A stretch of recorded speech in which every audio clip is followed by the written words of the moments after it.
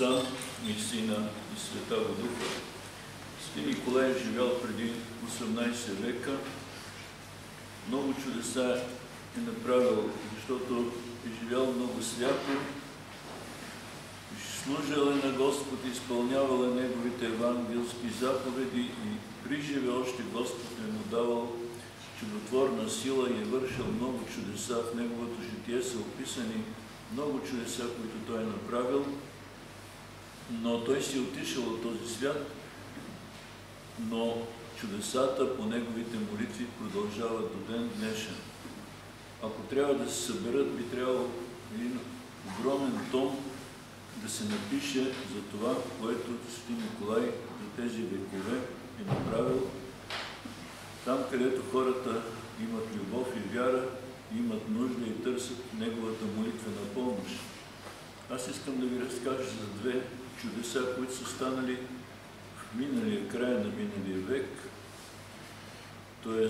в наши дни, да разберем, че Свети Николай до ден днешен е с нас и ни помага, зависи дали ние търсим Неговата помощ.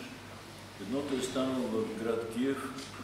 Едно семейство имали са бебенце, почитали са много Свети Николай и веднъж, когато са били на поклонение в един храм, връщали с лодка по река Днепър, съпругата е държала детето в себе си, в един момент тя е задремала и го е изпуснала в реката. И това е огромна река. В началото те са почнали да роптаят, естествено скръбта е била неимоверна. Не може да си представим какво означава това. Неимоверна скръб. В началото те са роптаяли, но след това са се смирили и са почнали да искат прошка от Господ и да молят Свети Николай да ги утеши в тази скръб. Те не са се надявали на нищо друго, освен някакво утешение в тази огромна скръб. На другия ден в Софийски събор в Киев, когато отиват сутринта рано да отворят храма, чуват, че плаче бебе. И когато отиват пред иконата на Свети Николай, е сложено едно бебе, обаче мокро, все едно сега извадено от водата. Това нещо се е разчуло, родителите се разбрали, са дошли и са видяли, че това е именно техното дете. Ето така Свети Николай извършил това чудо. И тази икона, пред която са намерили бебето, са наричали до ден днешен Свети Николай Мокри. И още едно чудо ще ви разкажа, пак е съвременно чудо. Станало е в един подмосковен град Солнечногорск.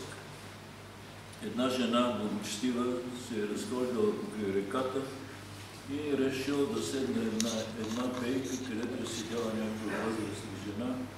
Те са се заговорили и възрастната жена ѝ е казала, че и е много тежък живота, снехата не я обича, сина ѝ не я обича, снеха ѝ е тормози.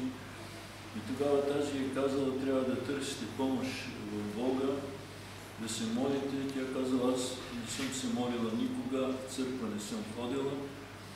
Тогава тази си е спомнила, че по някакъв случайно е взела със себе си молитвеник и е дала на молитвеника оттам да чете молитви. И тази възрастна ти е казала, да не си ти ангел и сега си изчезваш. Тогава благочестивата жена е казала, защо така мисля? Защото каза, преди една седмица бех дошла с решението да се самоубия, да скочи в реката. И бех преди това решила малко да седна и до мен седна един възрастен, много благолепен мъж. И той ми каза, какво си решила? Да се самоубиеш? Тя казала, да. Ти знаеш ли, казва, че там, където идеш след самоубийство, е 1000 пъти по-страшно, отколкото твоето състояние, в което ти живееш. Ти казала, трябва да се молиш. Ти казва, имаш ли грехове? Тя казва, няма. Тогава този възрастният мъж е напомнил всичките грехове и тези, които е забравила. И тя казала, но аз не знам молитви. Той казал, след една седмица ела тук и ще имаш молитвеник и ще можеш да се молиш. И именно това се изпълнило. Ето виждате, имам много възможно да ви разказвам, но не искам да ви задържам. Затова Свети Николай е жив, той е пред Божия престол и той е готов винаги. Много пъти се моли и за нас, когато ние не знаем. Когато знаем и не искаме, тогава е по-лошо. Затова нека търсим Неговата помощ и Той може да ни помогне в болести, в скърби, и в безработица, и всичко трудно. Няма за Господа нищо невъзможно и Господ никога няма да откаже на молитвите на Св. Николай. Честитя ви днешния празник. Имате тук един парапис на Св. Николай. Обаче братите решиха вчера там да отслужат вечерното богослужение. Днес като го направим Святата литургия, защото ще има повече хора. И аз се радвам, че имах възможност да бъда с вас. Честит празник, нека Св. Николай да бди над всички нас, да се моли за нас, за всички, за вашия град, за нашата родина, за нашата църква. За много години. Сега ще ви раздам на Африка.